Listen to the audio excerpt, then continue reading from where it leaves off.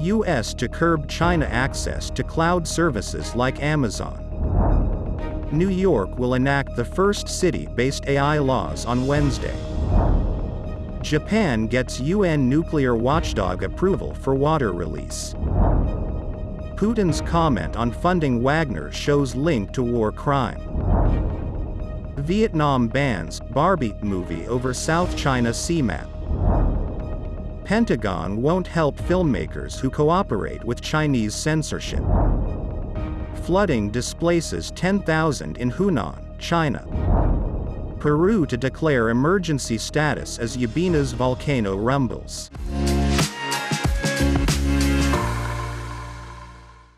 Hello, I'm Wade Lee. Thank you for joining us on Funday News.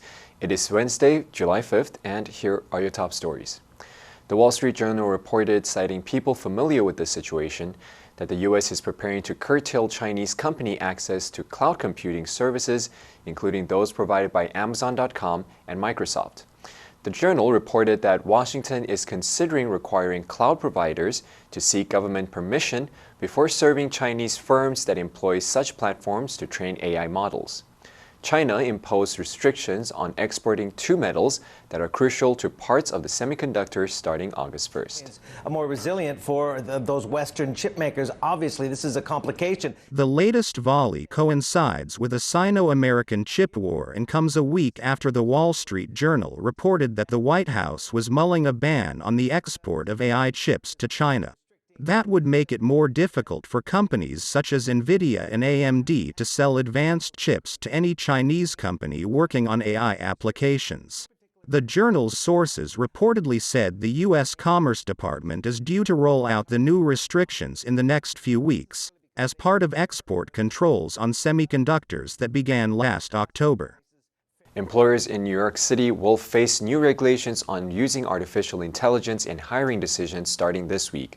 The city will begin enforcing Local Law 144 on Wednesday, a law banning employers from using automated employment decision tools unless the technology is audited annually for bias and they inform applicants of the screening tool.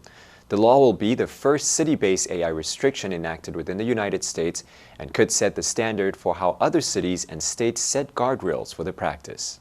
There is a growing call to regulate AI. According to some local lawyers, the technology is fairly common. The affected tools are numerous, including resume scanners that search for keywords, chatbots used for virtual interviews, knowledge tests, and an assortment of other elements that may be used to determine if a subject is an ideal candidate. The law applies to not only workers located in New York City but also to applicants located outside of New York City for jobs to be performed in New York City. Japan won approval from the UN's nuclear watchdog on Tuesday for its plan to release treated radioactive water from the tsunami-wrecked Fukushima plant into the ocean. After a 2-year review, the International Atomic Energy Agency said Japan's plan were consistent with global safety standards, and they would have a negligible radiological impact to people and the environment. AIEA Chief Rafael Grossi told Prime Minister Fumio Kishida before handing him the final report, "This is a very special night." To convince those who doubt the safety of releasing water from one of the world's worst nuclear accidents into the ocean. Japan plans to release 1.3 million tons of water used to cool the fuel rods of the Fukushima plant damaged by a massive earthquake and tsunami in 2011. The water has been filtered to remove most radioactive elements except for tritium, an isotope of hydrogen that is difficult to separate from water. The treated water will be diluted to well below internationally approved levels of tritium before being released into the Pacific Ocean. Japan's national nuclear regulatory body would issue its official approval as early as this week. Ukraine's top prosecutor told Reuters this week that Russian President Vladimir Putin's recent comment about payment to the Wagner group was like direct evidence that Wagner's mercenaries were an illegal arm of the Russian army in the war. The use of mercenaries by state in armed conflict is banned under the Geneva Convention. Andrei Kostin said his office had identified Prigozhin as a suspect during investigation this year and that Wagner's fighters were responsible for some of the most serious war crimes. Kostin said while Russia attempts to distinguish between Wagner forces and its military, Putin's comments last week about state budget spending on Wagner was like direct evidence that they are not only de facto, but probably, illegally, also are part of the Russian army. Kostin said among more than 93,000 incidents of potential war crimes his office was investigating were many atrocities Wagner forces committed. He appealed to allies to classify Wagner as a terrorist organization so it can be prosecuted and its assets frozen. Do today learn. Today is Tuesday. Commercial. Traveler 是旅行者。 I have to wait for click. So he or she is at the Columbia Towers Hotel gift store. 所以他在这个饭店的礼品店，然后他要买东西。Okay, so let's take this chance and listen to the. 学习让生活充满乐趣。Funday 英语。 Vietnam state media reported on Monday Vietnam has banned Warner Bros.' highly anticipated film Barbie from domestic distribution over a scene featuring a map that shows China's unilateral claimed territory in the South China Sea. Barbie is the latest movie to be banned in Vietnam for depicting China's controversial Nine-Dash Line, which was repudiated in an international arbitration ruling by a court in The Hague in 2016. China refuses to recognize the ruling. The paper reported, citing V. Keen Tan, head of the Department of Cinema, a government body in charge of licensing and censoring foreign films, we do not grant license for the American movie, Barbie, to release in Vietnam because it contains the offending image of the Nine-Dash Line. The U-shaped Nine-Dash Line is used on Chinese maps to illustrate its claims over vast areas of the South China Sea, including swaths of what Vietnam considers its continental shelf, where it has awarded oil concessions. The U.S. Department of Defense will no longer work with filmmakers on their movies if there is demonstrable evidence that they will kowtow to the Chinese Communist Party regarding censorship. The Pentagon has worked with Hollywood on films for decades, advising the industry on military elements portrayed in them. However, according to the policy updated last Wednesday, if they censor aspects of the film to appease the Chinese government, the Defense Department won't help anymore.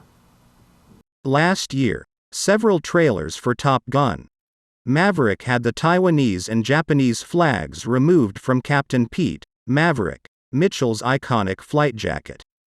Chinese investor Tencent pushed for that move, though after criticism, they dropped its investment, and the flags were returned to Maverick's jacket. The Pentagon said it will not provide production assistance when there is demonstrable evidence that the production has complied or is likely to comply with a demand from the government of the People's Republic of China.